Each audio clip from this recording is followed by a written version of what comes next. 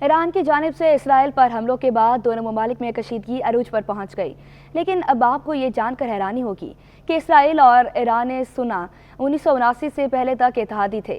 تاہم ایران میں اسلامی انقلاب آنے کے بعد سے دونوں ممالک کے درمیان فاصلے بڑھنے لگے، کیونکہ اسرائیل کی مخالفت ایرانی حکومت کے بیانیے کا ایک اہم حصہ رہا ہے۔ ایران اسرائیل کو تسلیم نہیں کرتا اور اس کا خاتمہ چاہتا ہے۔ ملک کے رہبر اعلیٰ آیت اللہ خامنائی نے اسرائیل کو اس سے قبل کینسر کی رسولی سے تشبیہ دی تھی، جس کا بلا شبہ خاتمہ بھی کیا جائے گا اور یہ تباہ بھی ہوگا۔ اسرائیل کا ماننا ہے کہ ایران اس کی سالمیت کے لیے خطرہ ہے اور یہ بات ایران کے بیانیے سے بھی عیاں ہے۔ اس کے علاوہ ایران کی جانب سے پراکسی گروہ بھی بنائے گئے ہیں جو اسرائیل کو تباہ کرنے کی بات کرتے ہیں اور ساتھ ہی ایران حماس اور لبنانی گروہ حزب اللہ کی فنڈنگ کرتا ہے۔ اس کے علاوہ ایران خفیہ طور پر جوہری ہتھیار بنانے کے لیے کوشاں ہے، لیکن ایران اس الزام کی تردید کرتا رہا۔ ایران کا کہنا ہے کہ سنچر کی رات اسرائیل پر حملہ 1 اپریل کو شام کے دارالحکومت دمشق میں ایرانی قونصل خانے کی عمارت پر کیے گئے فضائی حملے کا جواب ہے، جس میں ایران کے سینئر کمانڈر شہید ہوئے تھے۔ ایران نے اسرائیل کو اس فضائی حملے کا ذمہ دار ٹھہرایا، جسے ایران اپنی خود مختاری کی خلاف ورزی قرار دیتا ہے۔ اسرائیل نے ابھی تک اس حملے کی ذمہ داری قبول نہیں کی، تاہم وسیع پیمانے پر خیال کیا جاتا ہے کہ اس کے پیچھے اسرائیل کا ہاتھ تھا۔ حالیہ مہینوں میں شام میں کیے گئے فضائی حملوں میں پاسداران انقلاب کے کئی سینئر کمانڈر شہید ہوئے ہیں۔ اسرائیل کا الزام ہے کہ پاسداران انقلاب شام کے راستے حزب اللہ کو ہتھیاروں اور ساز و سامان فراہم کرتے ہیں، جن میں میزائل بھی شامل ہیں۔ اسرائیل کا دعویٰ ہے کہ وہ ان ترسیلات کو روکنے کے ساتھ ساتھ شام میں ایران کی فوجی پوزیشن کو مضبوط کرنے سے روکنے کی کوشش کر رہا ہے۔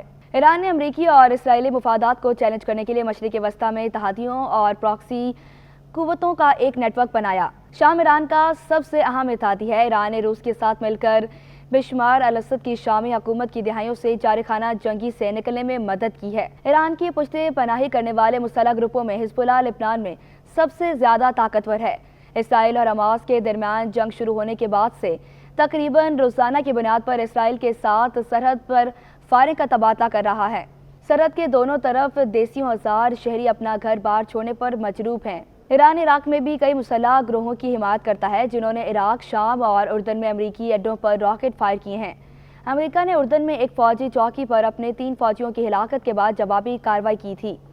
یمن میں ایران حوثیوں کی مدد کرتا ہے، جو ملک کے سب سے زیادہ آبادی والے علاقوں کو کنٹرول کرتے ہیں۔ غزہ میں حماس کی حمایت ظاہر کرنے کے لیے حوثیوں نے اسرائیل پر میزائل اور ڈرون فائر کیے ہیں اور یمن کے ساحلوں کے قریب سے گزرنے والے تجارتی جہازوں پر بھی حملہ کیا، جس سے کم از کم ایک جہاز ڈوب گیا۔ امریکہ اور برطانیہ نے جواب میں حوثیوں کے ٹھکانوں پر حملہ کیا تھا۔ اسرائیل کا الزام ہے کہ ایران حماس سمیت فلسطینی مسلح گروپس کو بھی ہتھیار اور تربیت فراہم کرتا ہے، جنہوں نے گزشتہ برس 7 اکتوبر کو اسرائیل پر حملہ کیا تھا۔ اسرائیل پر یہ حملہ غزہ میں جنگ چھڑنے کا سبب بنا، جس سے ایران، اس کی پراکسیز اور مشرق وسطیٰ میں اسرائیلی اتحادیوں کے درمیان محاذ آرائش شروع ہوئی۔ تاہم ایران 7 اکتوبر کو ہونے والے حملے میں اپنے کسی بھی کردار سے انکار کرتا ہے۔ ایران جغرافی طور پر اسرائیل سے بہت بڑا ملک ہے اور اس کی آبادی تقریباً 9 کروڑ فرد پر مشتمل ہے، جو اسرائیل سے تقریباً 10 گنا زیادہ ہے۔ لیکن اس کا مطلب یہ ہرگز نہیں کہ اس کی فوجی طاقت بھی اسرائیل سے زیادہ ہے۔ ایران نے میزائلوں اور ڈرونز میں بہت زیادہ سرمایہ کاری کی ہے۔ اس کے پاس ہتھیاروں کا اپنا ایک وسیع ذخیرہ ہے، لیکن اسرائیل کا دعویٰ ہے کہ وہ خطے میں اپنی پراکسیز یعنی یمن میں حوثیوں اور لبنان میں حزب اللہ کو بھی کافی مقدار میں ہتھیار سپلائی کر رہا ہے، مگر ایران کے پاس جدید فضائی دفاعی نظام اور لڑاکا طیاروں کی کمی ہے۔ خیال کیا جاتا ہے کہ اس کمی کو پورا کرنے کے لیے روس یوکرین کی جنگ میں مدد کے بدلے ایران کے ساتھ تعاون کر رہا ہے۔ ایران کے برعکس اسرائیل کے پاس دنیا کی جدید ترین فضائی افواج میں سے ایک ہے۔ IISS کی ملٹری بیلنس رپورٹ کے مطابق اسرائیل کے پاس جیٹ طیاروں کے کم از کم 14 اسکواڈرن ہیں، جن میں F-16، F-15 اور جدید ترین F-35 اسٹیلر جیٹ شامل ہیں۔